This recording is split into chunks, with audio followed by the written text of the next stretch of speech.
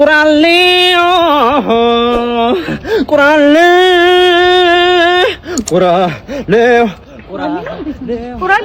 ወይ እናቴ ብረት ድስት ትገዛለህ እንዴ? ብረት ድስት አንዴ የምንፈልገው። እሺ መጣሁ፣ ጠብቀኝ። እሺ መጣሽ?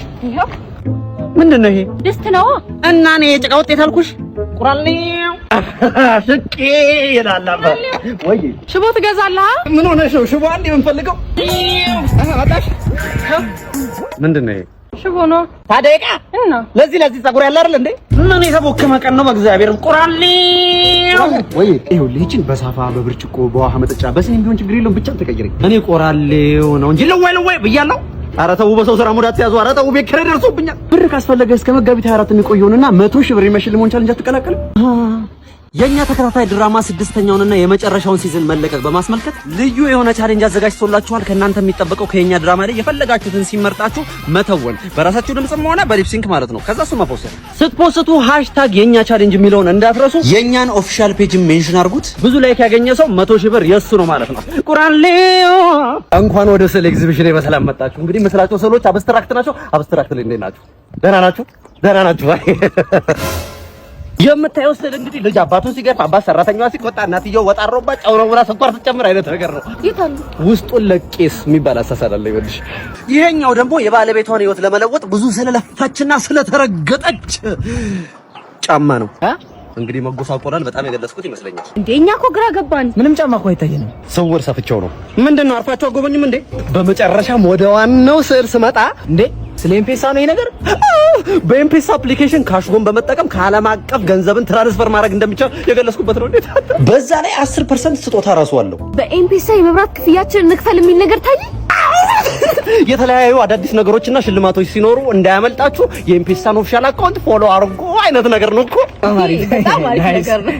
እቺኛዋ ደግሞ አያቴ ነች። የታለች? ሞታለች። ስሜ ያበቃል ደሳለኝ ይባላል። ወደ 9 ዓመት ሙዋይታይ፣ ወደ 11 ዓመት ምናምን ደግሞ ቦክሲንጉ ላይ፣ አሁን ደግሞ ጃፓን ነበርኩ ቴኳንዶ እየሰለጠንኩ ማስተሩን ቀጭቼው ነው የመጣሁት። እሺ አቶ ዳኛ፣ ስለ ዛሬ ፍልሚያ ምን የሚሉት ነገር አለ? በዳኝነት ዙሪያ ዝግጅቴን ጨርሻለሁ። ችግሮች የሚፈጠሩ ይመስለኛል። 11 አምቡላንሶችን አዘጋጅተናል። ስለ ተፎካካሪስ ምን ታስባለህ? ለተፎካካሪ በጣም አዝናለሁ ማለት ነው። ምክንያቱም ቤተሰቦቹ ይመጣል ብለው እየጠበቁት ነው፣ ግን አይመጣም። ነፍስ ይማር።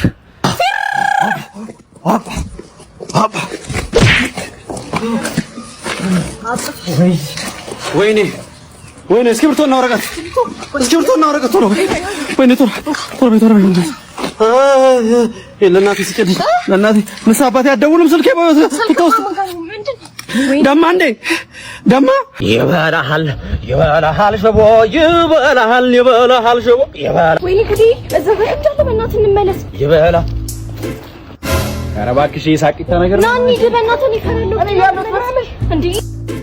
ኧረ ወይኔ እየፈጠጠብን ነው። አይ ወንዴ አትተማመኝም እንዴ በኔ? ተው ግን በኋላ ምን ሆነሽ ነው? ድንጋይ ይዞ መጣልህ።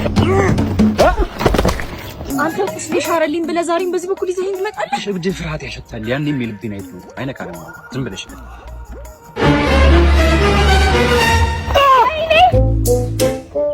የብድ ሰፈር ቀየረ እንዴ? አዎ ራሱ ነው።